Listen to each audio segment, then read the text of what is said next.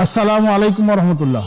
সম্মানিত তাওহীদি জনতা, কামিলুল উম্মাহ আলিম মাদ্রাসার উদ্যোগে বার্ষিক তাফসীর কোরআন মাহফিল আগামী 31শে জানুয়ারি রোজ শনিবার অনুষ্ঠিত হবে।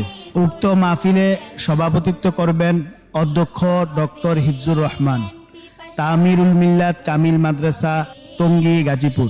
প্রধান আলোচক হিসেবে উপস্থিত থাকবেন অধ্যাপক ডক্টর মোহাম্মদ ফয়জুল হক, সিলেট। উক্ত মাহফিলে আরও আলোচনা করবেন বিশিষ্ট গবেষক ও লেখক, আন্তর্জাতিক খ্যাতিসম্পন্ন মুফাসসিরে কোরআন মুফতি গোলাম কবির আজহারি।